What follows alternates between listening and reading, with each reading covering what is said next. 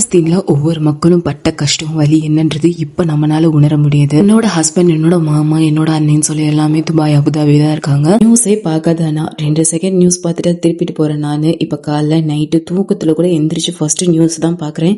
So அந்த அளவுக்கு Iran வார் பயங்கரமா போயிட்டு இருக்கு. நம்மளுக்கு ஒரு சின்ன தலைவலினா கூட பத்திரி போய் போன் பண்றாங்க. இப்போ அங்க நடக்கிற சூழ்நிலையும் டென்ஷனையும் எல்லாத்தையும் மனசுக்குள்ளே வச்சுட்டு வீடியோ கால்ல சிரிச்சு பேசிட்டு இங்க ஒண்ணு இல்ல, பிரச்சனை இல்ல, பயப்படாது, அங்க இங்க ரொம்ப சேஃபா இருக்கும்னு சொன்னாலும் நம்மளால கஷ்டம் தாங்க முடியல. நியூஸ்ல ஒவ்வொரு செகண்டும் அபுதாபில குண்டு விழுந்துச்சு, துபாயில குண்டு விழுந்துருச்சு, சார்ஜால குண்டு விழுந்துச்சு, இந்த மாதிரி பல நியூஸ் வருது. சோ அந்த நியூஸை கேட்டுட்டு நம்ம அடுத்த செகண்டே கால் பண்றோம்.